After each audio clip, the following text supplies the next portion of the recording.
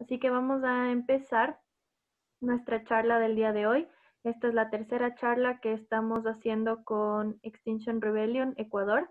Nuestra organización, iniciamos en Ecuador en 2018, en marzo del 2018, del 2019. Sin embargo, Extinction Rebellion está activo desde 2018 y iniciaron en Reino Unido con tres demandas principales a las cuales con las que nosotros también estamos trabajando, justo por temas de cambio climático, justicia climática. Entonces, bueno, nuestra organización está activa, como les mencionaba, desde el 2018. Ustedes, las personas que ingresaron aquí a la sala, tuvieron que poner su correo, así que los que deseen también pueden ser parte de la organización, pueden escribirnos también. Como les decía, Extinction Rebellion tiene 3 demandas y 10 principios. Hacemos charlas educativas principalmente y también hacemos actividades para contrarrestar o para adaptarnos y saber qué significa lo de la crisis climática. El día de hoy tenemos un conversatorio súper especial acerca de alimentación adecuada, y Romano, que también es parte de nuestra organización, va a presentar a nuestro invitado para el día de hoy. Muy bien, muchas gracias, Shadi. Voy prendiendo la cámara también para que la gente sepa quiénes somos. Presento hoy el nombre de la charla, la alimentación adecuada para mantener saludable nuestro sistema inmune. El exponente es Santiago Portilla Rosales. Él es antropólogo, es naturópata y escritor. También ha escrito varios libros respecto a la alimentación. También es aikidoka, es sensei, maestro en aikido, y tiene 30 años de estudio de los modos de vida que generan la salud y la enfermedad, y de atención en su consultorio, donde ha guiado a muchas familias y personas individuales para vivir saludables y curarse de enfermedades graves. Bienvenido, Santiago. La línea es tuya. Bueno, ¿qué tal, amigas y amigos? Es una gran alegría participar en esta actividad. Con Romano tenemos ya una relación de algún tiempo y pues muchas gracias por esta invitación a todos quienes hacen la organización. El tema de la alimentación adecuada no es simplemente vinculado a la salud. Es un tema social, es un tema político, es un tema económico, es un tema ecológico, es un tema histórico, es un tema sociológico, antropológico, porque una de las formas más profundas de nuestra identidad cultural está en la alimentación. Una de las formas por las que más podemos ser manipulados por el capitalismo y su parafernalia de consumismo es justamente la alimentación. Una de las formas en las que nosotros podemos expresar libertad de conciencia para no ser acarreados en estas crisis de pánico que a través de la visión biomédica se trabaja únicamente de forma sintomática, es la alimentación. Una de las formas en las que más hemos perdido la estructura familiar también se vincula con la alimentación, porque ahora todo el mundo come a cualquier momento y se come comida que está rara vez o con poca frecuencia preparada por manos de amor en casa. Entonces la alimentación no es un tema puntual, es un tema transversal que abarca factores múltiples en realidad. Entonces hablar de alimentación adecuada, claro, me voy a referir a cómo los seres humanos debemos alimentarnos, pero hay que saber que si el capitalismo nos intenta controlar a través de la alimentación, nosotros podemos decirle no gracias, no necesitamos todo ese consumismo y tampoco necesitamos toda la asistencia médica hospitalaria que es extremadamente capitalista, que es extremadamente explotadora, que es extremadamente machista, es violenta. Entonces, aprender a alimentarnos no es un tema de que simplemente no quiera que me dé una gripe o quiera defenderme del COVID. Claro, lo podemos hacer también en ese sentido, pero la alimentación para mí abarca, y para los que tenemos conciencia, abarca toda una estructura de libertades, toda una estructura de integración social, toda una cantidad de aspectos que involucran, como decía, hasta la integración familiar. Entonces vamos por el inicio. Estamos en una situación muy crítica con el COVID y podemos observar que no existe casi ninguna información que provenga desde los organismos gubernamentales, desde los organismos internacionales, desde la Organización Mundial de la Salud, que se dedique a empoderar al individuo para que no le afecte el COVID, que se dedique a difundir educación para que la persona pueda tener un sistema inmunológico suficientemente fuerte para que no le pase absolutamente nada recibiendo al COVID. Esta situación en la que existe un desastre, una pandemia de miseria, una pandemia de desempleo, una pandemia de manipulación de la información, una pandemia de hambre que se va a convertir en violencia, en un terremoto social, toda esta pandemia se origina en que la Organización Mundial de la Salud no tiene conocimiento de cómo aumentar la inmunidad de las personas y no difunde nada al respecto. Nos dice, lávese las manos y enciérrese. Pero al mismo tiempo nos dicen que es imposible evitar el contagio, que va a ser dentro de 15 días o dentro de 3 meses, pero que la población va a ser contagiada. Además, nos dice que el 80% de los contagiados son inmunes o que prácticamente no presentan ningún tipo de síntoma. O sea, o ser inmune o no presentar síntomas es lo mismo. Entonces, el 80% de la gente común y corriente que no hace nada por conciencia en su salud, o sea, que tiene una vida ordinaria, no se enferma con el COVID. El 15% se enferma entre leve, mediano y un poquito más grave, y apenas el 5 o el 4% se enferma con riesgo de muerte. Y de ellos, de este 4%, las personas que tienen cuadros de comorbilidad con 10 años de diabetes, con insuficiencia cardíaca, insuficiencia respiratoria, con presión alta, es este grupo el que realmente puede llegar a fallecer en la tasa del 1,7%, del 2%, 1,2%, que varía entre regiones. Entonces nos están diciendo que el 80% está asintomático aunque reciba. Y no se ponen a pensar qué es la solución para que no tengamos un 80% de asintomáticos, sino un 95%. Y podemos evitar todo este confinamiento tan dramático que está generando consecuencias que ni los propios directores del COE nacional y mundial, con sus respectivas organizaciones, no sospechan lo que está llegando a suceder. Bueno, ya lo ven en las calles, ya lo ven en Estados Unidos con 40 millones de desempleados.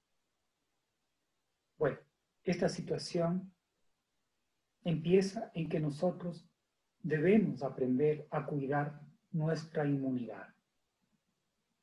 La inmunidad se vincula con alcalinidad en la sangre.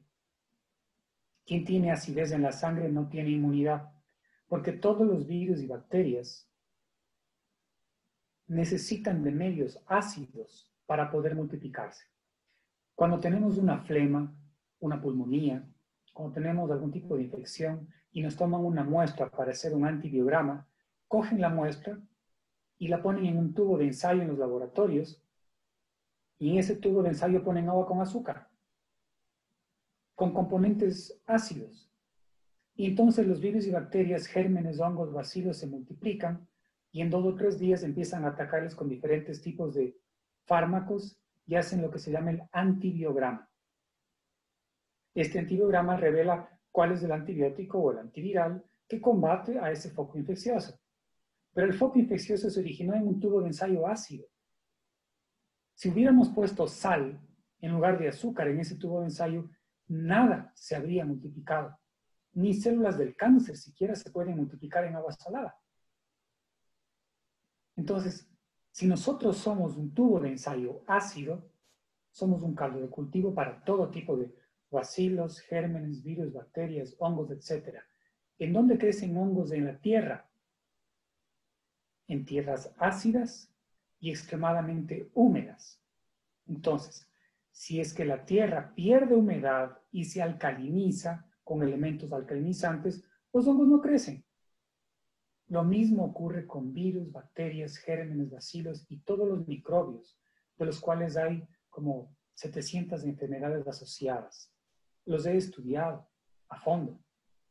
Entonces, tenemos que nosotros aprender a mantener la alcalinidad en la sangre y no vamos a estar de ninguna manera en riesgo frente al COVID, ni al dengue, ni al paludismo, ni a la malaria, ni al helicobacter, ni al SIDA, porque todos estos virus, bacterias, bacilos, gérmenes, no afectan al 100% de la población.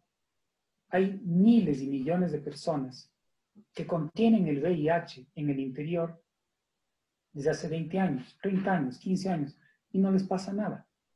Pero entra el VIH en un desnutrido del África que se muere de hambre hace meses y le mata en 4 meses, porque el hambre es mortal. El VIH no es mortal. Entra el VIH en personas del jet set de Berlín, de Nueva York, de Los Ángeles, de Tokio, y les mata en 1 año. Porque el modo de vida de artista con vida extravagante es mortal, tomando una gran cantidad de antibióticos, consumiendo drogas, alcohol, comida 5 estrellas, sin saber en qué cama amanece, con una situación de libertinaje total, vida de artista. Entonces, ese modo de vida es peligroso. El virus no. Pero nos hacen creer que los virus y bacterias ingresan a matar a la gente. No es así. Es como tener un armario húmedo y pasarse la vida matando hongos. En lugar de quitar la gotera, está arriba del armario y cuando el armario se seca ya no hay hongos. Lo mismo ocurre en esta pandemia. ¿Cuáles son los fundamentos de la inmunidad? La alcalinidad de la sangre. ¿Cómo logramos esto? ¿De qué se forma la sangre? La sangre se forma de los ingredientes fundamentales que ingresan al organismo por la boca. La comida es el ingrediente más importante de la sangre. Si en la comida tenemos elementos que acidifican, la sangre se vuelve ácida. Entonces hablemos de la alimentación adecuada para mantener la inmunidad. Productos animales acidifican terriblemente a nuestro organismo. Tengo que referir en un par de minutos de por qué no debemos comer animales a diario. Miren, los seres humanos no somos animales carnívoros. El capitalismo, tan destructivo de la ecología en cuanto a la alimentación, se basa en el cultivo, en la ganadería. Se basa en la producción de animales, de productos animales. ¿Por qué nosotros no debemos comer animales a diario? Repito, porque no somos animales carnívoros.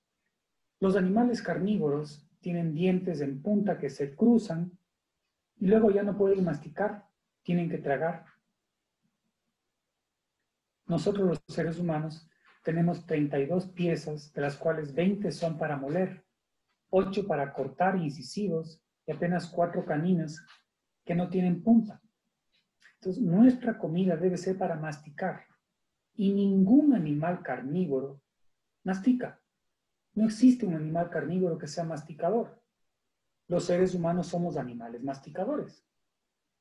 Pero no somos animales herbívoros, como las vacas, caballos, porque esos animales tienen varios estómagos, porque comen hierba que es muy fibrosa y tienen entonces que regresar de un estómago a la boca, de otro estómago a la boca.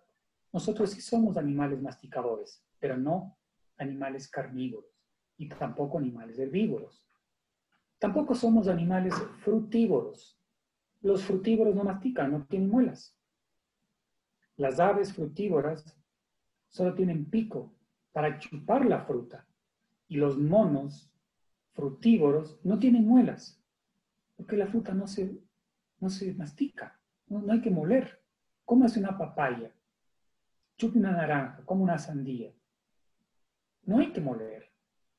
Los seres humanos somos animales masticadores. ¿Y cuáles son los dioses de nuestra alimentación? En el Asia, el arroz. Es el dios cultural de la alimentación. En Europa, el trigo. En Medio Oriente, el trigo. En Europa también tenemos el centeno, la cebada, la avena, que son originarios de esas zonas. Y en América, el dios cultural de la alimentación es el maíz. Todos esos cereales son para masticar. Ningún animal carnívoro puede comer cereales, porque no podía masticarlos. Nosotros ponemos una vaca con 10 lobos, o 10 tigres, o 10 leopardos, o 10 pumas, y estos animales carnívoros se lanzan sobre la vaca, le matan con sus garras y sus dientes. Pero ponemos una vaca con 20 seres humanos, o 50 seres humanos, y no le podemos ni siquiera matar. ¿Cómo le vamos a matar a una vaca con nuestras garras y nuestros dientes afilados? No tenemos. Tendríamos que taparle la nariz a una vaca para que se muera. Y después, ¿cómo le vamos a morder si el cuero es durísimo y no podemos atravesarlo con estos dientes? No podemos comer animales como comen todos los animales carnívoros. Si todos ellos comen usando solo su cuerpo y nosotros no podemos hacerlo en esa forma, ¿por qué será? Obvio, no somos animales carnívoros. Entonces, ¿por qué comemos carne? Durante 2 millones de años, los seres humanos ya anduvimos de pie como animales bípedos, éramos Homo habilis y Homo erectus, y comíamos todo lo que la naturaleza podíamos coger con el cuerpo, como comen todos los animales. Como no podemos coger, ni cazar, ni comer carne con el cuerpo únicamente, fuimos animales que durante 2 millones de años comimos vegetales, granos primitivos, cereales silvestres, cortezas, raíces, frutos.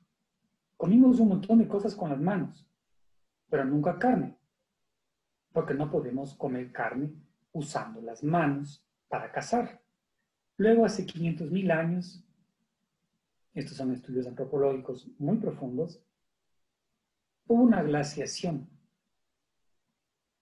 Han habido varias, pero hace 500.000 años hubo una de estas. Hace 100.000 años también hubo otra.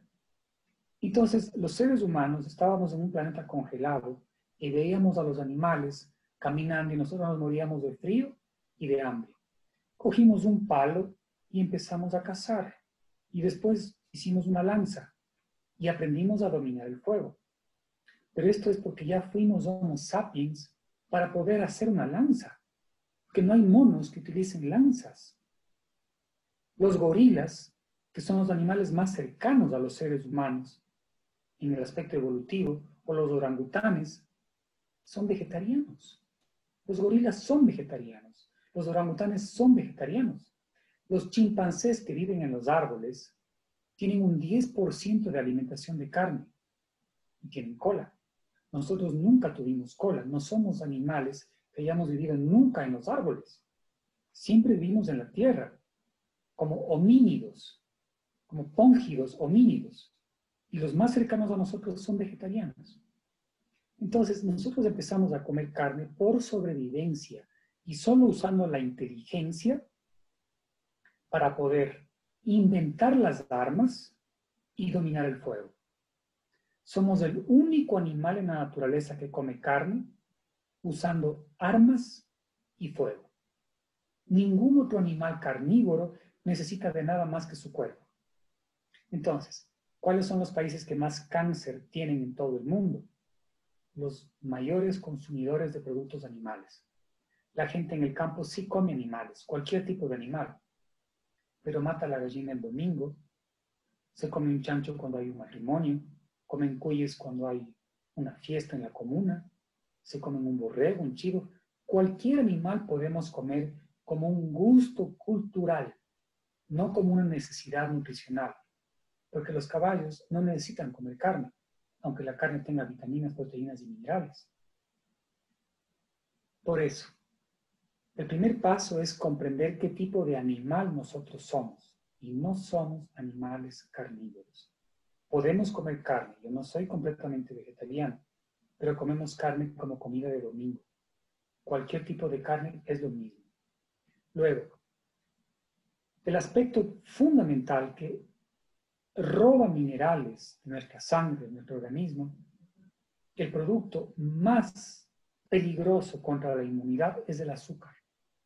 Y si ustedes investigan la historia del azúcar, se van a quedar pasmados, sorprendidos de cómo el azúcar fue un elemento de dominio social a través de la esclavitud, a través de esa cantidad de negros que fueron traídos para producción de azúcar.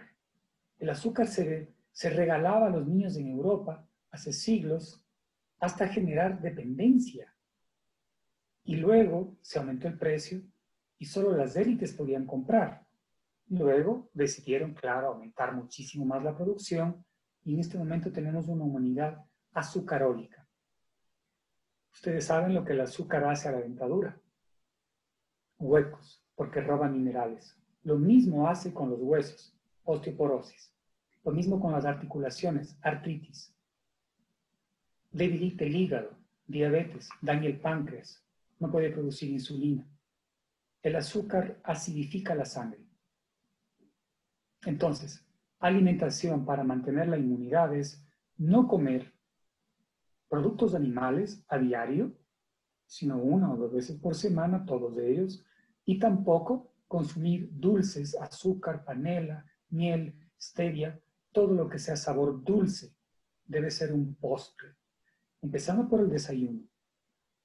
Es muy importante que en el desayuno no se empiece a consumir dulce. El desayuno de todas las culturas del campo tradicionales en todos los continentes es comida de sal.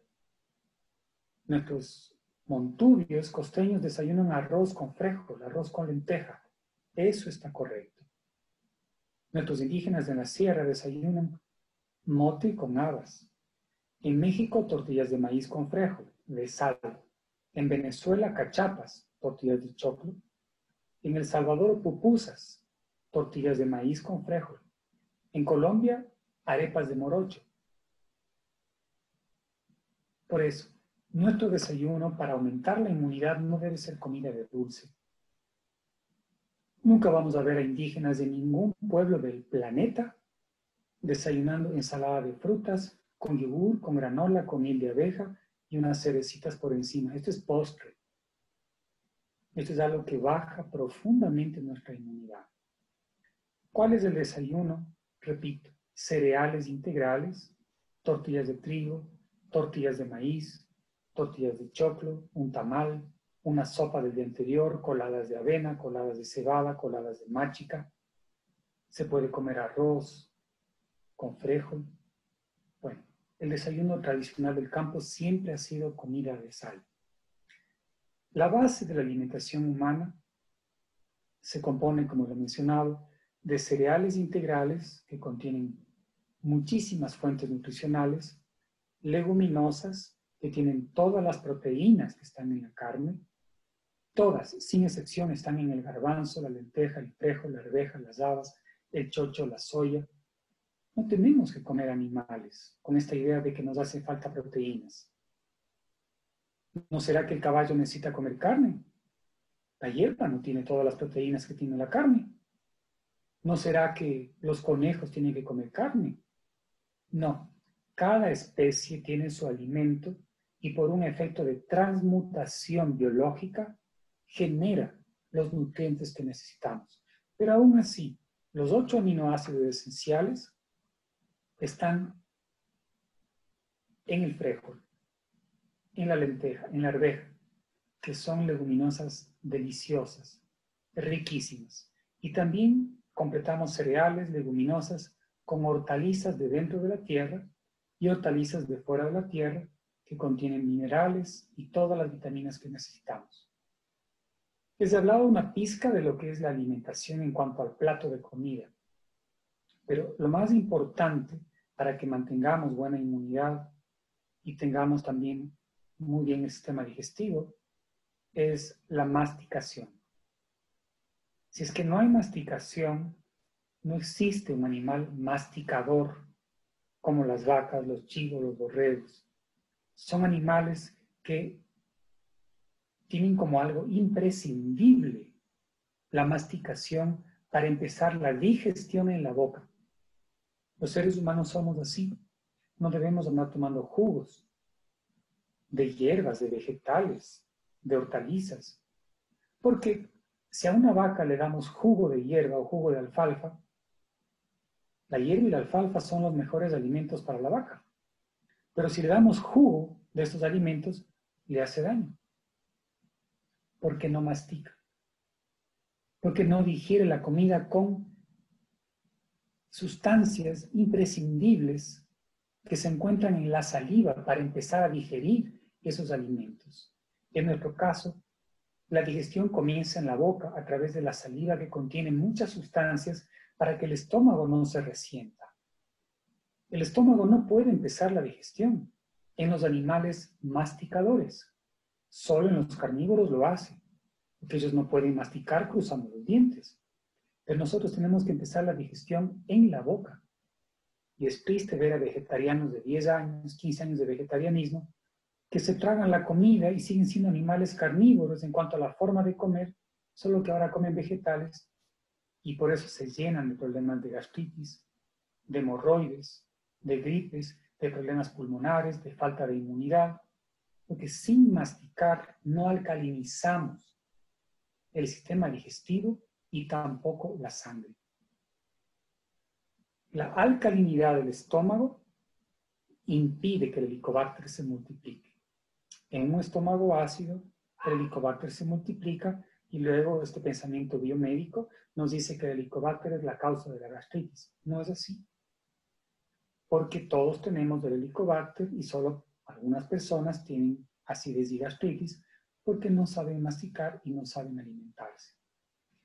Este componente de la alimentación como base de la inmunidad debe ampliarse a lo que es el ejercicio y la respiración profunda. No me refiero a deporte, ni a saque pecho y meta la barriga. El deporte es cultural. Yo estoy hablando aquí de temas animales, biológicos. Los animales de la naturaleza no hacen deporte. No digo que no los hagan. Pero digo que el deporte no es tan saludable como se lo pinta en la cultura. El ejercicio que sí es extremadamente saludable es el estiramiento que hacen todos los animales. Las vacas se estiran, los conejos, las serpientes, todos los animales se estiran. Y nosotros tenemos el cuerpo más evolucionado del planeta. Por eso no es suficiente con salir a caminar. Tenemos que estirar el cuerpo como un animal que hace más que los monos en cuanto a ejercicio. Porque estamos con un cuerpo más evolucionado que el de los monos. Entonces, ejercicio de estiramiento, de relajación como el yoga, importantísimo el qigong, el tai chi, en esta profundidad de respiración que alcaliniza profundamente. Y entonces tenemos el trípode básico de la inmunidad. Aprender a alimentarse, aprender a ejercitarse, aprender a respirar. Así no tenemos que andar preocupados por esta pandemia ni por cualquier otra. Porque nosotros tenemos inmunidad suficiente para defendernos de todas estas amenazas microbianas. Esto está en los libros de medicina. Apenas el 15% de infectados presenta gastritis, cólera, dengue, paludismo, malaria, y está comprobándose ahora también que llega entre el 15 al 20% del COVID. Entonces, amigas, amigos, esta es una introducción sobre la inmunidad y les planteaba que la alimentación está vinculada a otros temas transversales. Por ejemplo, alimentación y economía. Hace 35 años, casi 40 años,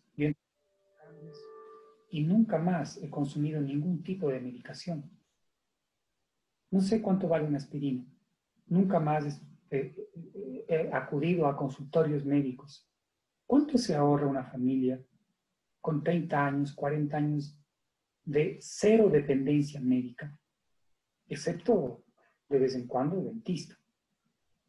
Esto es un tema económico, porque en medicinas, en consultorios, en asistencias, en cortar vesículas, cortar úteros, en tratamientos contra el cáncer, el SIDA, diabetes, artritis, se gastan fortunas individuales, fortunas personales y fortunas gubernamentales. Las mayores multinacionales del mundo, del mundo, del planeta, son multinacionales vinculadas a dos aspectos: comida y remedios. Grandes farmacéuticas. Si nosotros en la comida somos conscientes, tenemos ya un proceso de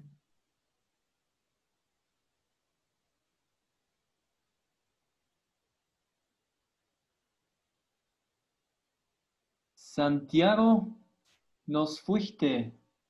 ¿Alguien escucha a Santiago? Tenemos ahí una pequeña interrupción. Parece que la conexión se está cortando. Aguantan un instante. Tratamos de restablecer la conexión. Shadi, Shadi, ¿estás por ahí? Ah, ahí está Santiago. Adelante, Santiago. Tendrás que abrir de nuevo el micrófono. Ya. Adelante. Con esto finalizo. Nada más humano que reunirse a comer juntos. Hogar y hoguera tienen el mismo origen etimológico en las palabras. Y en la realidad, el hogar se junta en torno a la alimentación, a la identidad cultural. Por eso, para integrarnos más como familias, tenemos que preparar comida con amor en casa y fortalecer el sentimiento de comer juntos. Pero la humanidad en este momento está yendo a las cafeterías hasta a desayunar y pide comida o come al frente del trabajo en 15 minutos al apuro, discutiendo con la computadora al frente, con la televisión. Estamos perdiendo por completo la identidad cultural de amor, de unidad familiar a la hora de comer. Y esto trae consecuencias gravísimas, porque en la alimentación nosotros tenemos que recibir ingredientes afectivos para poder calmar la ansiedad. Los países que más comida chatarra comen en todo el mundo son los que más obesidad padecen. Son los campeones mundiales de la ansiedad y de los problemas mentales, de los problemas de desintegración familiar, los campeones mundiales del consumo de ansiolíticos, antidepresivos y toda la parafernalia de medicinas psiquiátricas. Esto tiene un fundamento también. No podemos calmar la ansiedad comiendo en centros comerciales todo el tiempo. Estas son comidas hechas para provocar ansiedad. Una máquina no puede poner sentimientos en la comida. Una madre lo hace todo el tiempo. Un padre, un hijo, una abuela. Tenemos que comer comida afectiva y no comida muerta, preparada por máquinas, comida chatarra preparada por máquinas, con una serie de productos que deterioran el instinto del hambre y de la sed. Entonces empezamos a comer por alegría, por tristeza, por ansiedad, por angustia, por preocupación, porque el médico me manda a comer, porque es hora de comer. Y ya no comemos por hambre ni bebemos por sed, como lo hacen todos los animales. ¿Por qué ha sucedido esto? Porque estamos siendo manipulados por todo un sistema de producción alimentaria que genera ansiedades, enfermedades y dependencia médica. Esta es una aproximación al tema de la inmunidad, la alimentación, y claro, es un tema ecológico, político, social, económico, religioso, y obviamente es un tema de salud. Bueno, pasamos a ver si ustedes tienen alguna inquietud y podríamos aprovechar estos tiempos con un poquito de la charla. Bien, muchísimas gracias Santiago por esa breve introducción. Sabemos que siempre hay más para hablar sobre alimentación, ya que es un tema esencial para nuestra existencia. Quisiera, justo topaste el tema al final respecto que es un tema ecológico también. Micrófono. ¿Podrías Romano, relacionar? Sí, a ver. perdona, se te cortó el audio hace un ratito, no sé si puedes repetir, por favor. Ah, claro. No sé cuándo se cortó. Buah.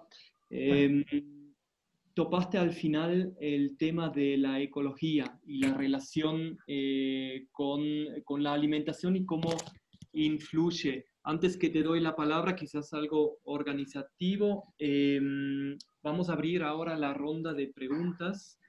A lo mejor ya tenemos algunas preguntas en el chat, ya les voy a dar la palabra a las personas que están ahí preguntando. Y el resto, si hay más preguntas, vayan escribiendo y ahí vamos juntando preguntas para que Santiago lo pueda ir respondiendo de a poco. Santiago, quizás primero, como nosotros somos una organización que lucha en contra del cambio climático, o digamos que quiere sensibilizar a la gente respecto al cambio climático y todo lo que implica, ¿dónde tú como naturópata y antropólogo también, dónde ves las relaciones directas que estamos viviendo entre nuestra alimentación, la forma como nos alimentamos y el cambio climático? Bueno, es un tema que ya tiene bastante investigación, Romano, amigas y amigos. La producción de animales está vinculada profundamente a la industria que afecta al planeta en el cambio climático. En Estados Unidos, en Alemania, en Suiza, en países nórdicos de Europa, ya hay estudios más que suficientes sobre cómo el consumo de animales es uno de los principales aspectos en el perjuicio climático. Por ejemplo, un pedazo de tierra destinado al consumo de productos animales para una persona, si es que lo destinamos para la agricultura, puede alimentar a 150 veces más personas. Es decir, el monopolio de que la tierra esté dedicada al consumo de productos animales perjudica a 150 veces más personas si es que se alimentaran de productos de la tierra como cereales, leguminosas, hortalizas. Ahí se ve claramente, y estos son estudios que son muy fáciles de acceder, con medidas exactas. Un pedazo de tierra alimenta a 150 personas con agricultura o a una persona con ganadería. Solo este ya es un aspecto básico para darnos cuenta de cuánto abarca la producción de productos de animales, de ganadería, en cuanto a este calentamiento global. El tema es mucho más amplio. Les recomiendo acudir porque hay bastante investigación al respecto.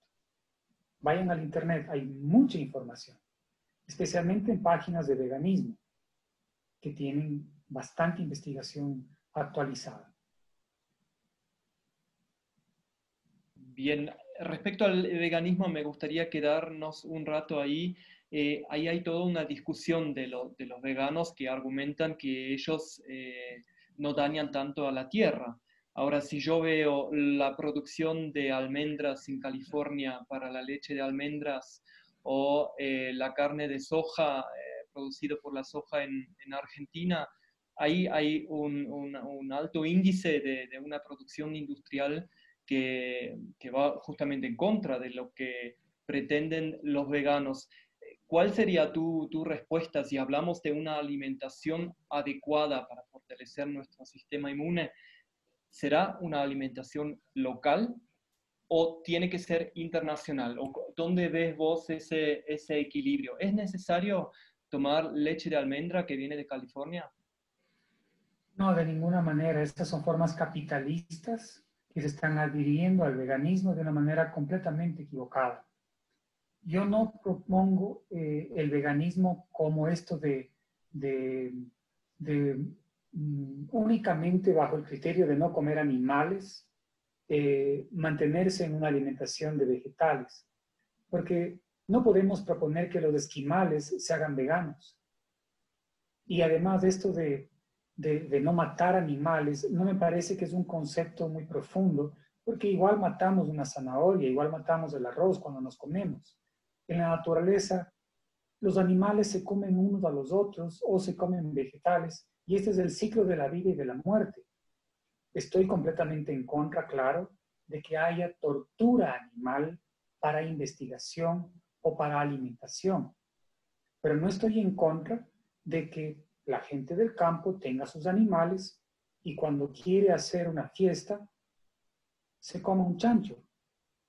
No estoy realmente en contra, porque es un consumo cultural, es un consumo consciente, es un consumo más bien no vinculado al capitalismo del carnivorismo. Entonces, en el veganismo ahora hay un montón de problemas de contaminación de la naturaleza, porque no se tiene conciencia que no se trata solamente de no matar animales, sino de fortalecer los conceptos ecológicos que no deben acabar en economicismo, es decir, en una producción capitalista, como es el caso de la leche de soya que tú mencionas, de la leche de almendras, de la carne de soya y otros productos. Bien, tenemos una pregunta bien concreta de Shadi respecto a una alimentación adecuada relacionada con la cantidad. Shadi, Gracias, Romano. Santiago, primero, súper chévere la charla, muchas gracias. Quería consultarte, bueno, hablando lo que hablábamos del desayuno y estas cosas, en cuestión de cantidad y número de veces, porque, bueno, hay varias personas que dicen que tienes que comer 3 veces, otros 5, otros las que quieras, otros no tanto. Entonces, no sé más o menos cuál sería tu recomendación. Qué linda pregunta, Clary.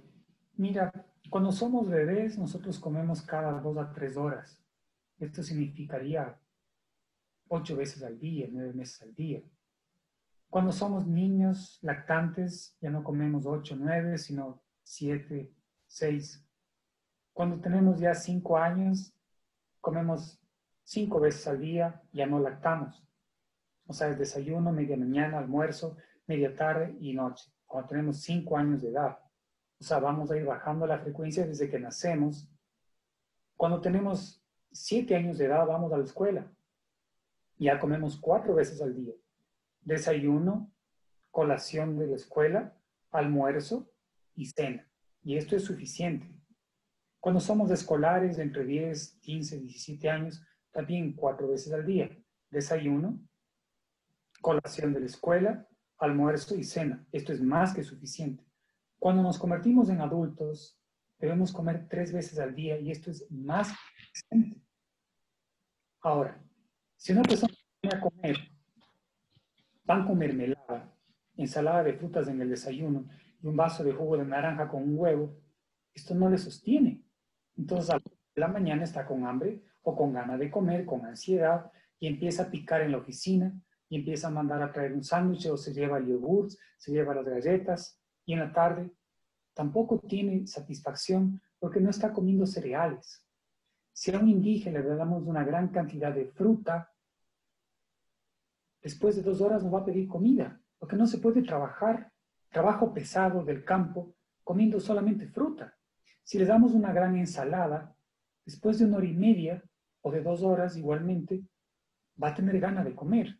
Pero si se come un buen plato de mote, con habas y con vegetales, un tamal, un poco de tostado, se queda satisfecho 6 horas. Se queda satisfecho al menos 5 horas. Por eso, con la alimentación apropiada, nosotros podemos comer 3 veces al día tranquilamente. Y estudios antropológicos confirmados revelan que aquí en América, antes de la llegada de los españoles, todas nuestras culturas en América, desde los navajos, sioux, lo que sea en Norteamérica, desde aztecas, mayas, aymaras, quitus, incas, mapuches, hacían 2 comidas en el día. No comían nada entre comidas. El primer almuerzo era a las 9 de la mañana, se levantaban a las 4 de la mañana. El primer almuerzo entre 8 y 9 de la mañana. y el segundo almuerzo a las 3 de la tarde. A las 8:30 de la noche estaban durmiendo, hasta las 4 de la mañana. Había 2 comidas por día. Y esto es más que suficiente cuando se tiene adecuada nutrición. Entonces, esta idea de que tenemos que comer desde el Ministerio de Salud, nos van a comer 5 porciones al día de fruta. Y los médicos nos van a comer cada 2 horas cuando tenemos gastritis. Estas son creencias realmente absurdas. Y ahí revelan que pueden haber estudiado cómo usar antibióticos o cómo operar vesículas o cómo utilizar medicamentos, pero no han estudiado la vida saludable porque en 8 años de universidad no se tiene una sola clase de aprender a masticar, un solo semestre de alimentación humana, una sola semana de aprender a respirar. O sea, el acupunturista aprende a meter agujas, el homeópata a recetar homeopáticos, el clínico a recetar remedios, fármacos y a cortar partes del cuerpo, pero no se estudia la vida saludable. Por eso es que hay estas recomendaciones completamente equivocadas desde el propio Ministerio de Salud, que no es Ministerio de Salud, es Ministerio de Asistencia Médica, porque de salud no tiene nada. La salud no es asistencia médica, de hecho son opuestos. Mientras más salud, menos asistencia médica. Mientras más asistencia médica, menos salud.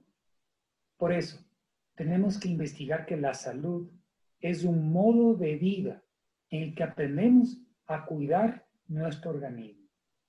Esa respuesta de 3 veces al día es suficiente y cuando llegamos a los 70, 80 años, pueden ser con toda seguridad 2 material y aumenta el alimento emocional, afectivo, mental y espiritual. Santiago, por ahí nos quedamos un rato ahí justamente. ¿Puedes hablar brevemente de tu propio proceso? Porque creo que es este interés público de saber cuál fue tu proceso que has pasado. Yo personalmente, sabiendo que has pasado épocas complicadas respecto a la salud, ¿nos podrías contar un poco cómo fue tu transición hacia una alimentación adecuada, movimientos adecuados, una vida adecuada? Bueno, yo hasta los 20 años de edad fui el más enfermo de mi familia. Yo he tomado más remedios que mis 5 hermanos juntos, hasta los 20 años de edad. Y me trataron de curar homeópatas, acupunturistas, chamanes, brujos, hierbateros, terapia neural. Me hicieron todo lo habido y por haber de terapias alternativas y todo lo demás. Nunca me curaron. Yo tenía problemas de la cabeza a los pies, tenía migrañas diarias, que no podía vivir así, tenía que cerrar las cortinas y quedarme en absoluto silencio porque la migraña me estallaba la cabeza. Si subía al segundo piso me estallaba el dolor de cabeza. Tuve sinusitis 15 años, rinitis alérgica 15 años, tuve gastritis con helicobacter varios años, formación de úlcera, tuve hemorroides. Bueno, casi me operan varias veces. Era un saco de enfermedades. Pero nunca nadie me iba a curar tampoco, porque nunca me dijeron que yo tenía malos hábitos. Yo comía azúcar como pocas veces he visto a alguien que coma. Yo ponía el despertador a las 3 de la mañana para despertarme, ir a la cocina, comer un pedazo de pastel de chocolate y volver a acostarme. Yo nunca me tomé un helado. Yo nunca me tomé uno solo. Siempre andaba con 2. Y yo comía carne en el desayuno con leche de chocolate. Bueno, mis hábitos eran terribles.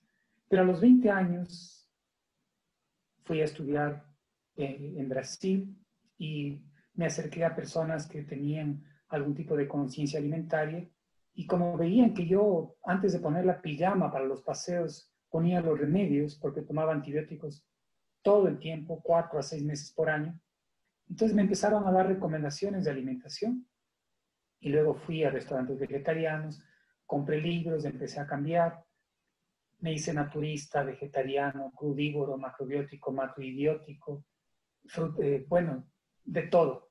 Y entonces empecé a aprender, después me di cuenta que la alimentación era uno de los pilares, y luego empecé con yoga también a los 21, 20 años. Entonces fue un cambio en el modo de vida y fue realmente una bendición porque llegué a comprender que si el enfermo insiste en provocar la enfermedad, nadie le va a curar. Un caso muy concreto, si una persona tiene el hígado graso y come grasas todos los días, ¿para qué busca que le curen? Si una persona tiene asma y come lácteos todos los días, nadie le va a curar. Si una persona tiene diabetes y come panela o azúcar o estos edulcorantes químicos todos los días, nadie le va a curar. Pero cuando nosotros dejamos de provocar la enfermedad con malos hábitos, la enfermedad desaparece. Mala alimentación sube el colesterol, le hacen remedios, le hacen tratamientos y baja. Sigue con la mala alimentación, sube el colesterol, le hacen más tratamientos y baja. Pero aunque le hagan homeopatía, acupuntura y lo que sea, si sigue con mala alimentación, el colesterol nunca le va a curar a nadie. Tiene que aprender a comer grasas 1 o 2 veces por semana, nada más, golosinas con poca frecuencia, y nunca más va a tener elevado el colesterol. Entonces es el enfermo el que provoca la enfermedad. Si el enfermo deja de provocarla, desaparece la enfermedad, es obvio.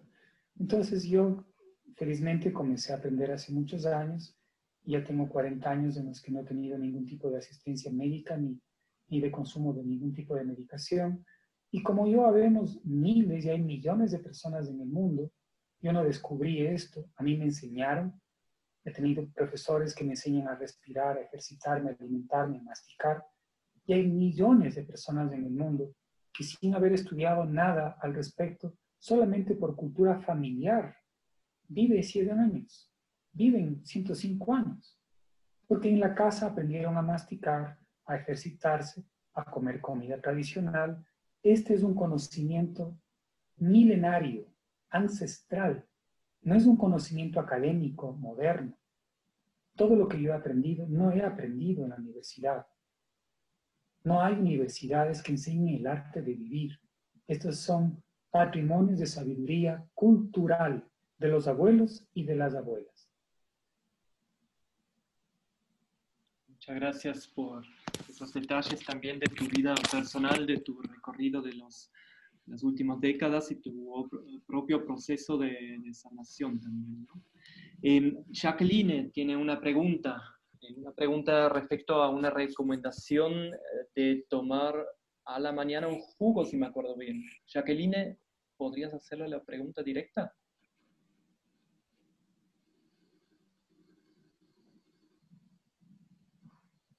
Sí, hola, mucho gusto con todos. Feliz de escuchar las palabras que menciona Santiago, porque son importantes para tener un consumo consciente y sobre todo una vida saludable que nos beneficie a nosotros y a nuestro entorno. Mi pregunta era respecto a si es que existe alguna solución, alguna bebida que podamos tomar en la mañana para un poco depurar el cuerpo y alcalinizar la sangre. Con mucho gusto, sí. Les decía que los animales masticadores no debemos tomar comidas licuadas. Los animales masticadores tenemos que empezar la digestión en la boca.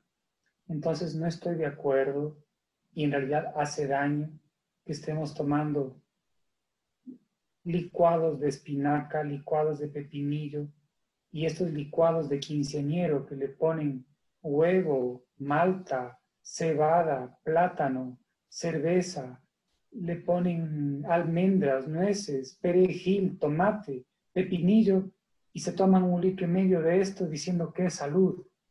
Y el estómago les responde qué enfermedad, qué locura.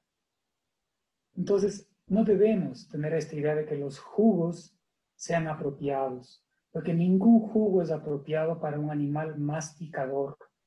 Los jugos se pueden beber las aves que no tienen dentadura.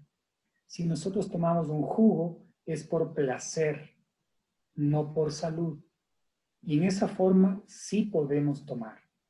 Si tomamos whisky, no es para alimentarnos. Tomamos por placer. Y con esa conciencia de que es exclusivamente por placer, sí podemos tomar. Pero si tomamos whisky para aumentar las defensas, estamos perdidos. O sea, hay un conocimiento que no va acorde porque estamos apuntando a la salud para la izquierda y la salud está a la derecha. El whisky no es saludable. Entonces, si tomamos jugos creyendo que es algo saludable, la salud está a la derecha y el jugo está a la izquierda. Pero si tomamos un jugo porque me da la gana, porque me gusta, está correcto. Así sí podemos tomar. En el desayuno se puede tomar plantas, tés de plantas que son profundamente alcalinizantes, pero no son jugos. Por ejemplo, haga un té de chuquiragua, un té de diente de león, un té de matico, té de marco, que son plantas llamadas calientes en las tradiciones culturales, porque son plantas vasoconstrictoras, son plantas alcalinizantes. Y esas plantas sí aumentan la inmunidad. Las plantas ácidas, por ejemplo, no es apropiado tomar, ¿qué diré? Un té de jengibre cuando queremos aumentar la inmunidad, porque el jengibre es extraordinario para disolver la flema, pero no es un alcalinizante de la sangre. Si tomamos jengibre con una úlcera, la úlcera se abre peor, pero si tomamos té de matico con una úlcera, la úlcera se va a cerrar. Entonces, las plantas alcalinizantes son las plantas vasoconstrictoras, las que nos mineralizan, como las que acabo de mencionar. Y en el desayuno, la masticación apropiada es el mejor alcalinizante. Tenemos que hacer como Gandhi nos enseñaba. Masticar los sólidos y... Estoy equivocado. Es masticar los líquidos y beber los sólidos. O sea, a los sólidos tenemos que beberlos después de haberlos masticado. Y a los líquidos hay que ensalivarlos como si hubiera una masticación hasta que los podamos alcalinizar. Esta es una referencia. Muchísimas gracias. Te pudo responder, Santiago. Estamos con Santiago Portilla Rosales, naturópata y antropólogo de Quito. La charla Alimentación adecuada para mantener saludable el sistema inmune. Y una pregunta de Iván respecto a los lácteos. Iván, por favor. Hola, hola, ¿qué tal, Santiago? ¿Se escucha? Sí, ¿Qué tal? sí. Sí, muy buena charla, muy interesante. Tengo, en realidad, es una pregunta un poco compuesta, un poco larga. ¿Qué tan recomendable, por un lado, es el consumo de los productos derivados de la leche, tipo queso, mantequillas blancas, yogurt? Y otra que surgió ahora sobre los cítricos en cuanto a jugos. ¿Es recomendable los jugos, beber jugos de naranja, limonadas quizás? Eso. Con mucho gusto. Mira, en cuanto a los lácteos, esta es una de las peores propagandas mercantilistas promovidas por la Nestlé, porque nos hacen creer que nosotros seres humanos tenemos que tomar leche de vaca para poder crecer con huesos fuertes, para que no tengamos osteoporosis supuestamente, y es todo lo contrario. Los países que más lácteos consumen en todo el mundo son Suecia, Finlandia y Estados Unidos. Van variando entre los nórdicos de Europa, Suiza, pero esos son los países que más consumen lácteos. Y los países que más osteoporosis sufren en todo el mundo son exactamente Suecia, Finlandia y Estados Unidos. Aquí en América no había vacas, no había cabras tampoco. Entonces nuestras culturas tienen 30.000 años de historia, de prehistoria, sin consumo de leche. Y cuando se hacen hallazgos arqueológicos, encuentran que los huesos son durísimos, sin osteoporosis, en un continente que nunca tuvo leche de vaca, porque no estaban ordeñando a animales que no existían acá, y tampoco estaban ordeñando a llamas o a cuyes.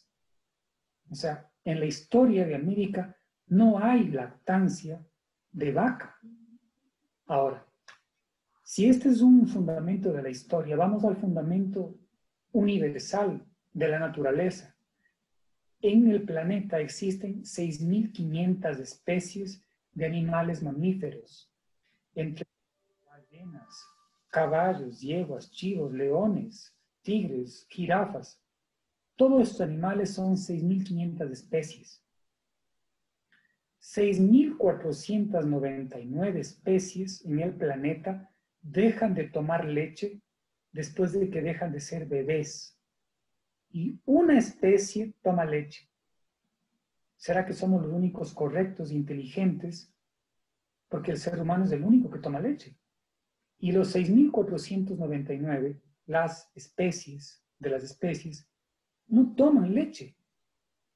La vaca le patea al ternero, la yegua al potito, la osa al osito, la mona al monito, la ballena a la ballenita, el tigre al tigrecito, la jirafa a la jirafita. Es una ley del creador, es una ley de la creación, es una ley de la naturaleza no volver a tomar leche nunca más después de que dejamos de ser bebés. ¿Quién rompe esta ley de la naturaleza? Tiene que sufrir consecuencias. Obvio. Y la leche es la causa más importante en un montón de enfermedades. A la cabeza está el cáncer de senos.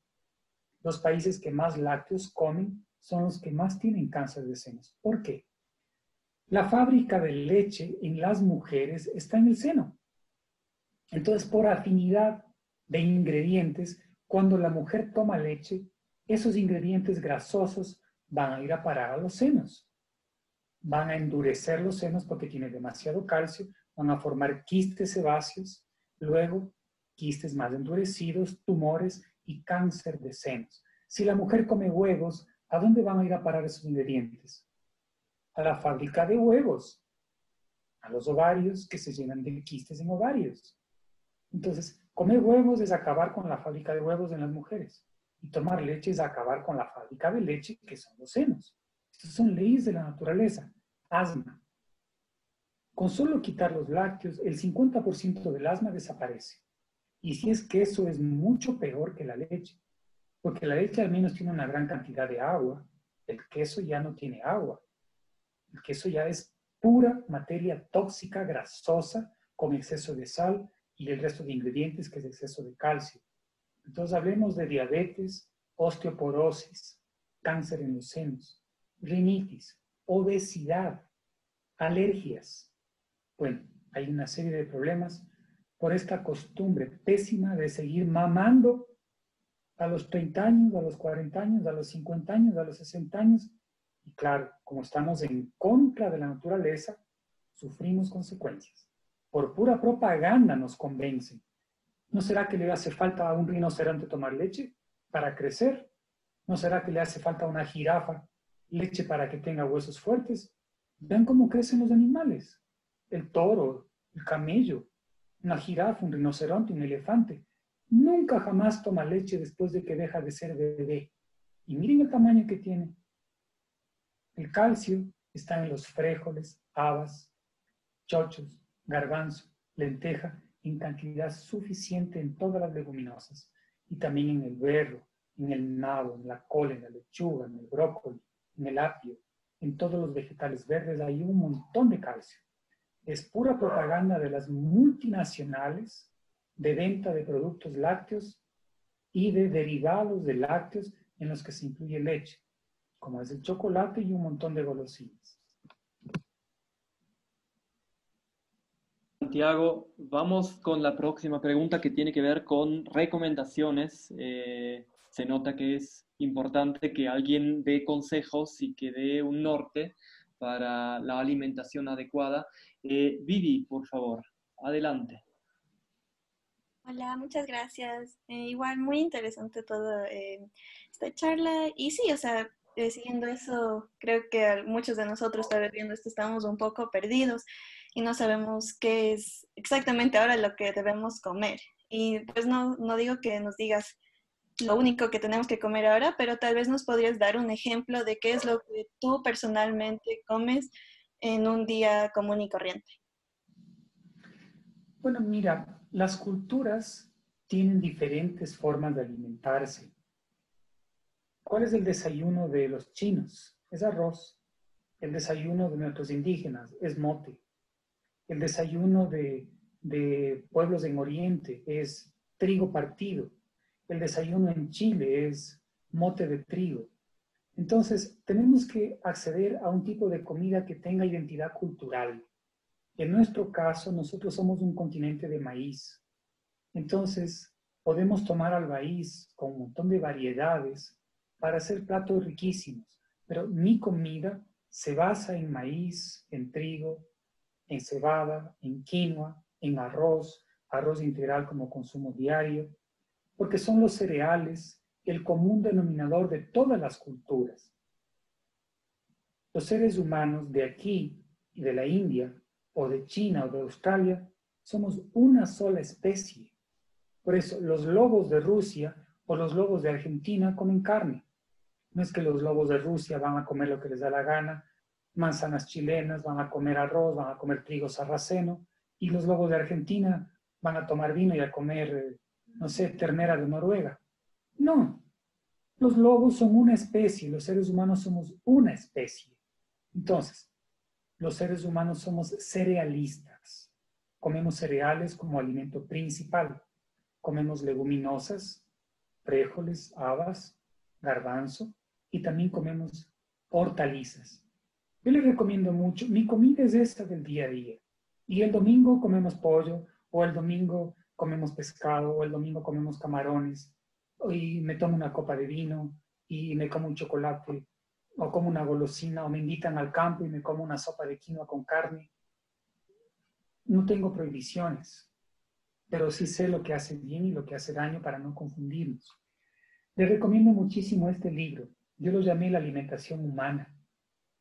No es alimentación vegetariana, no es alimentación macrobiótica ni vegana, porque la vaca no puede escoger ser vegetariana. La creación ya le hizo comedora de hierbas. El lobo no puede escoger comer vegetales o frutas o carne. El lobo ya tiene un cuerpo de carnívoro, no puede escoger.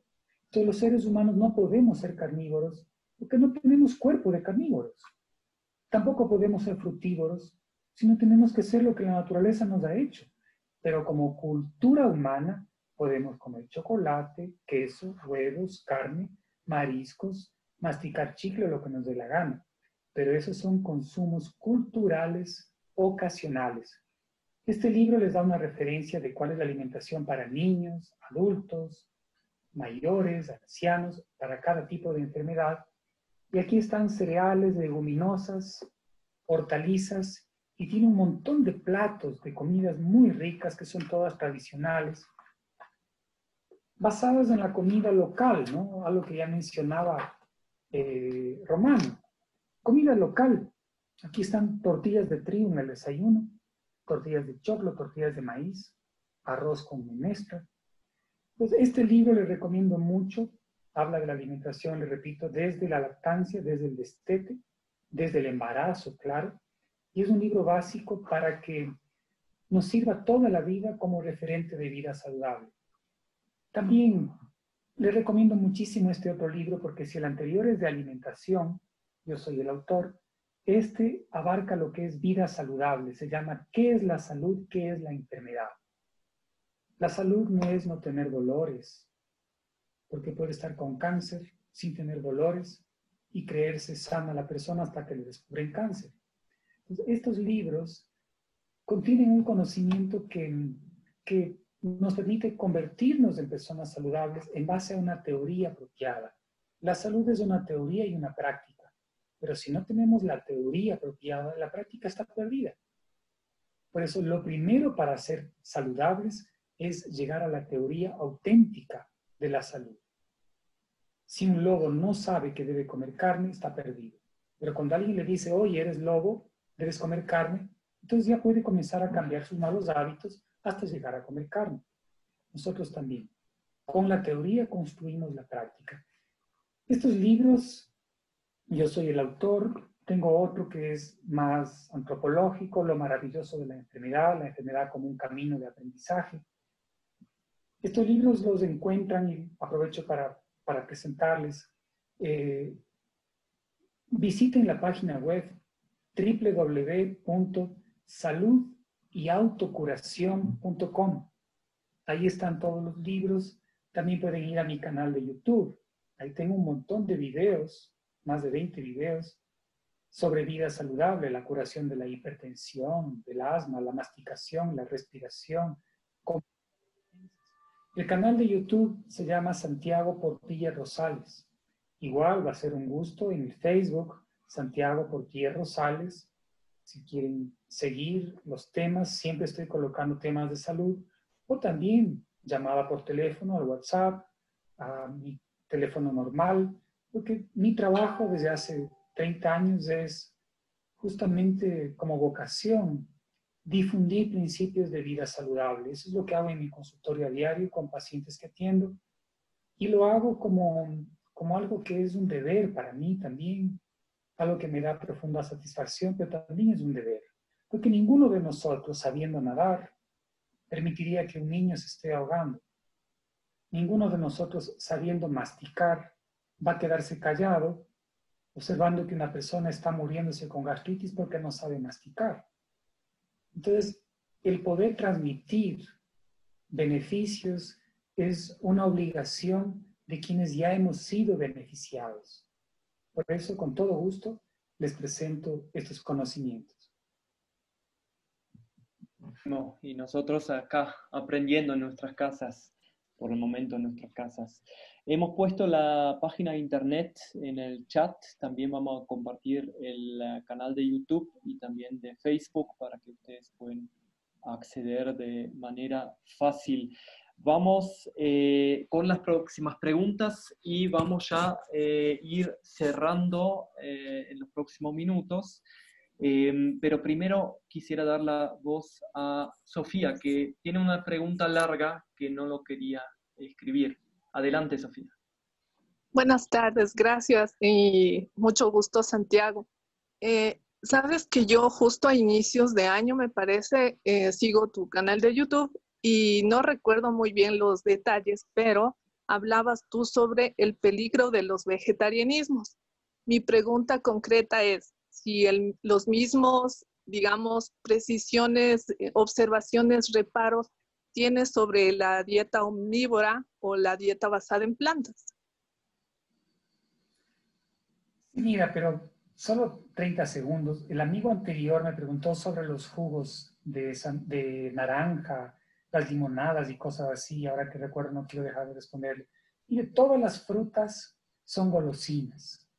Las frutas no son un alimento necesario.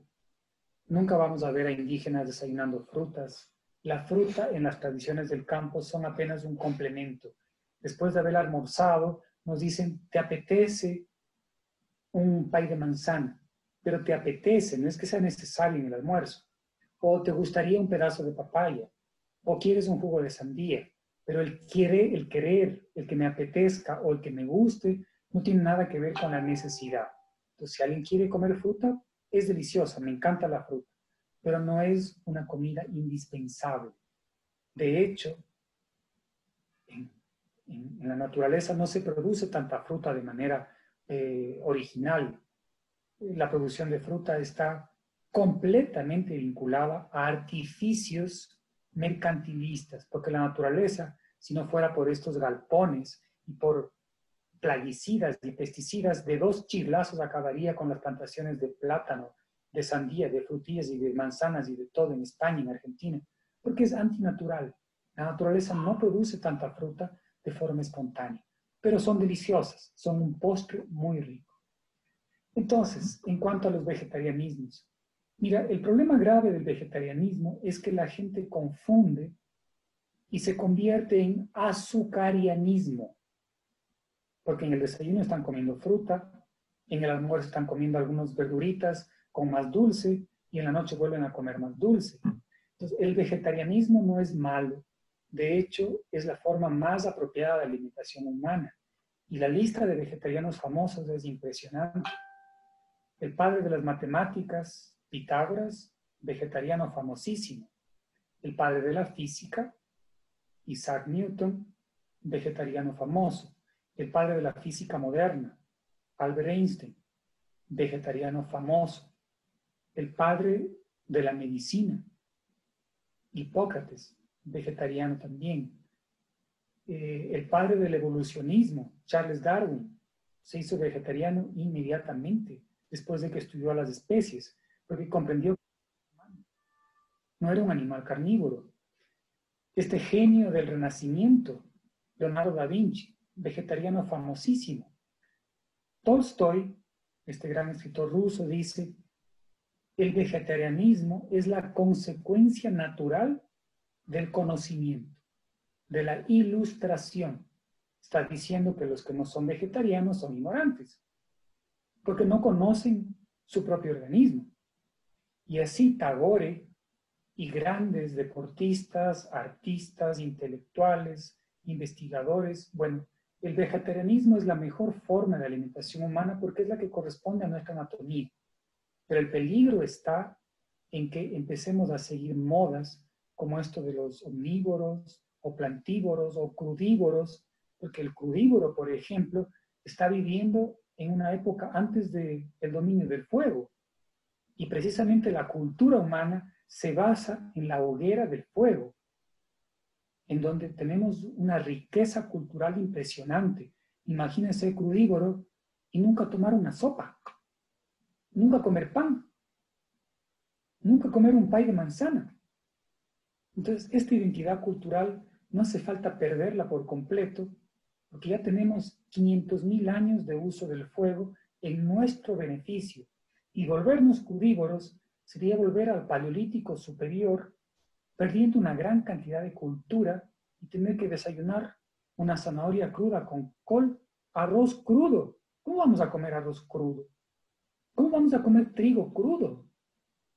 Por eso hay que tener cuidado con un montón de propuestas que no son parte de una identidad cultural que ya la tenemos durante, repito, cientos de miles de años. Hemos hablado bastante de azúcar y también la siguiente pregunta va en ese sentido. Shadi, por favor. Bueno, gracias. Estabas mencionando acerca o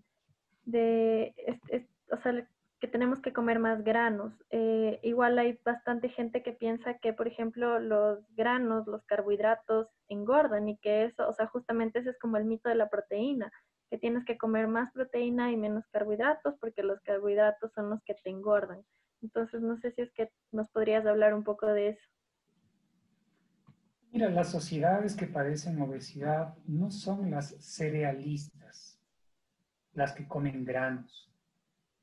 Ahora, hay que diferenciar granos de cereales de granos de leguminosas, porque no es lo mismo decir granos de frijoles o granos de maíz.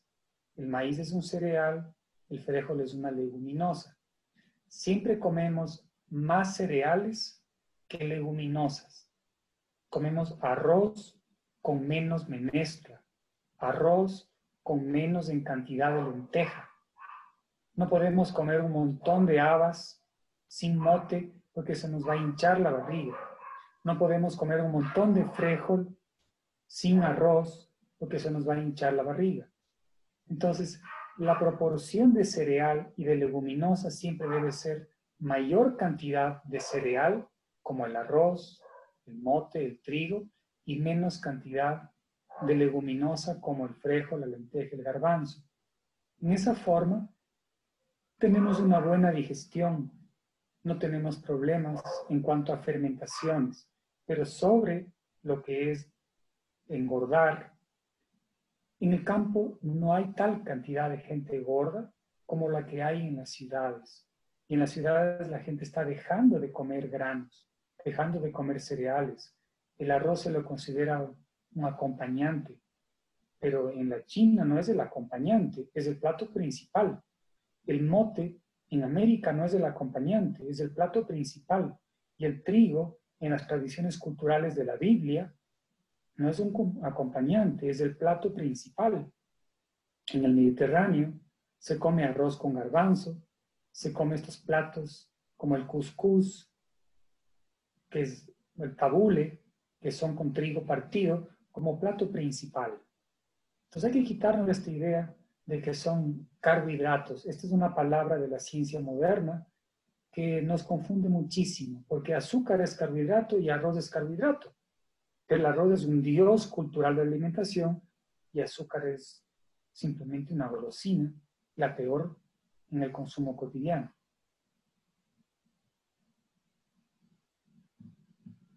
Gracias, Santiago. Quisiera ir cerrando con la pregunta un poco más de la coyuntura que estamos viviendo, que nada, tenemos el privilegio, los que estamos aquí en esa conversación, de poder participar en esa conversación, sabiendo que hay mucha gente que actualmente ya no tiene para comer.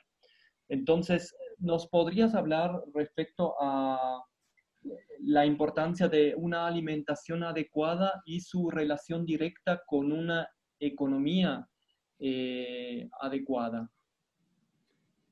Sí, este es un tema fundamental, hermano. Es tan lamentable que los indígenas estén vendiendo la quinoa para comprar atún. Los indígenas están vendiendo las habas para comprar cachitos, para comprar comida producida por la industria. Entonces, nosotros, con la poca disponibilidad económica que podamos tener, debemos invertirla en comida esencial, como comprar arroz integral, comprar mote. En este libro, comprar lentejas, habas, arvejas. En este libro, yo hice un cálculo de cuánto nos puede costar la alimentación diaria con todo lo necesario para un adulto. Y resulta que en costos actualizados, un adulto se alimenta muy bien, con suficiente comida, no en exceso, bueno, en eso no hay límite, pero con nutrición suficiente por menos de $2 diarios.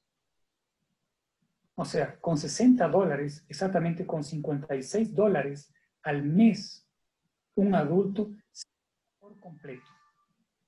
Más allá de lo que es la alimentación, ¿cuánto gastamos en pastillas para el dolor de cabeza, pastillas para la artritis, pastillas para la diabetes, pastillas para la acidez, pastillas para la tos, pastillas para no sé qué, exámenes, consultas?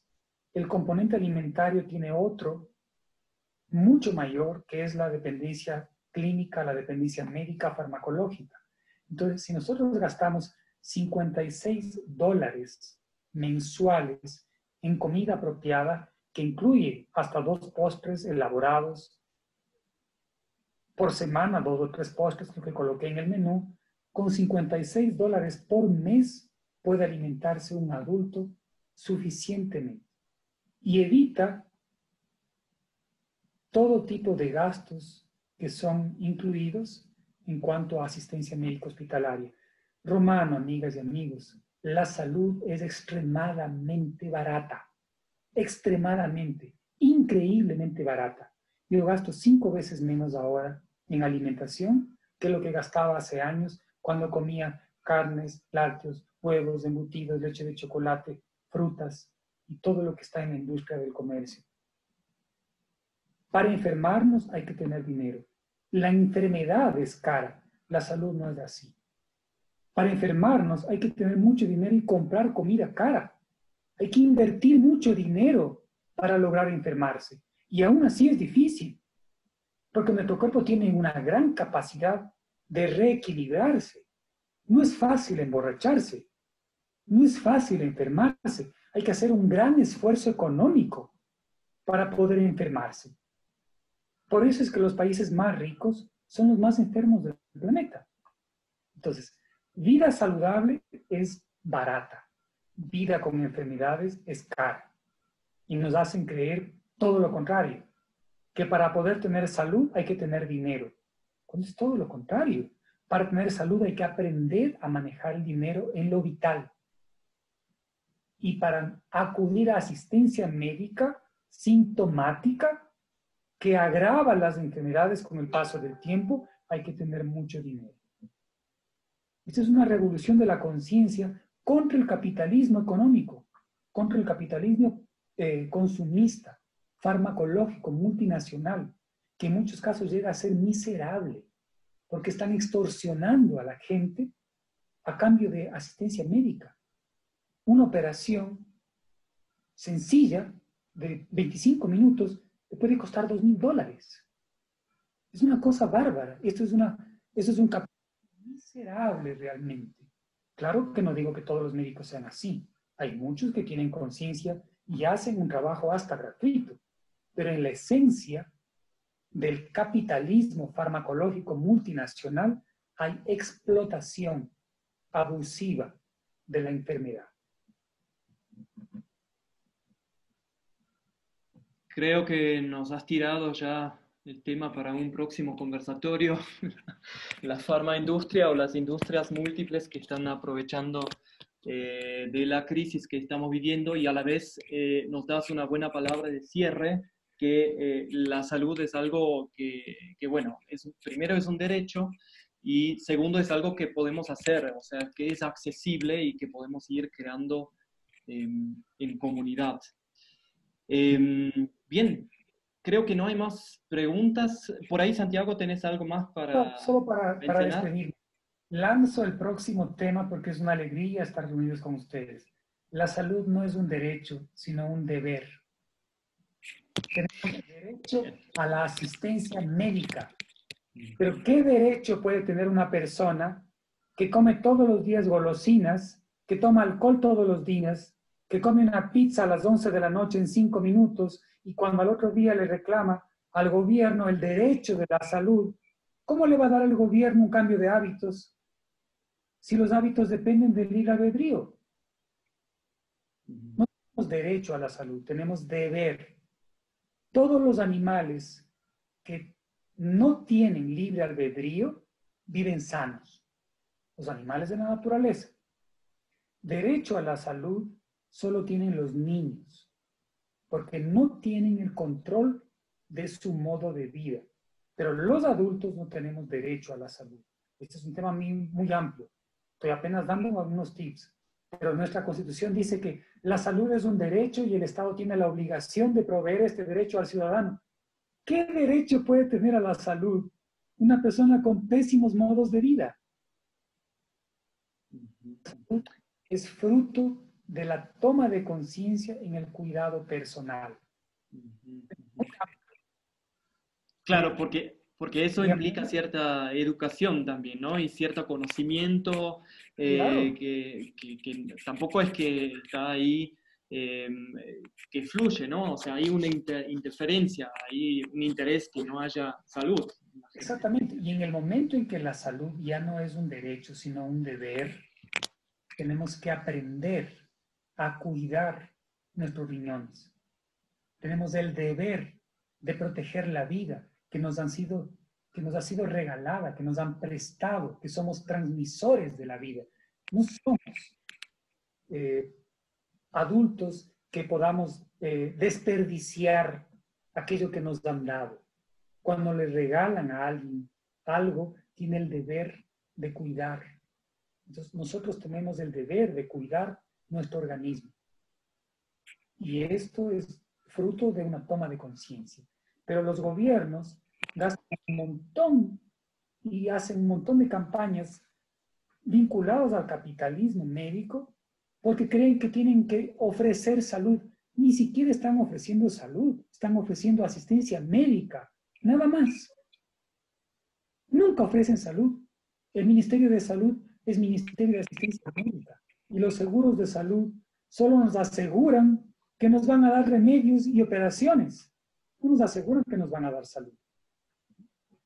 Es todo un tema muy importante. Bien. Sí. O sea, creo que podríamos seguir hablando una hora más fácil. Sí, pero más allá de eso, yo quiero darles un abrazo fuerte, agradecer esto, que tengo mucha alegría de participar y en cualquier otra ocasión será siempre una satisfacción poder vincularnos y compartir estos temas. Muchas gracias.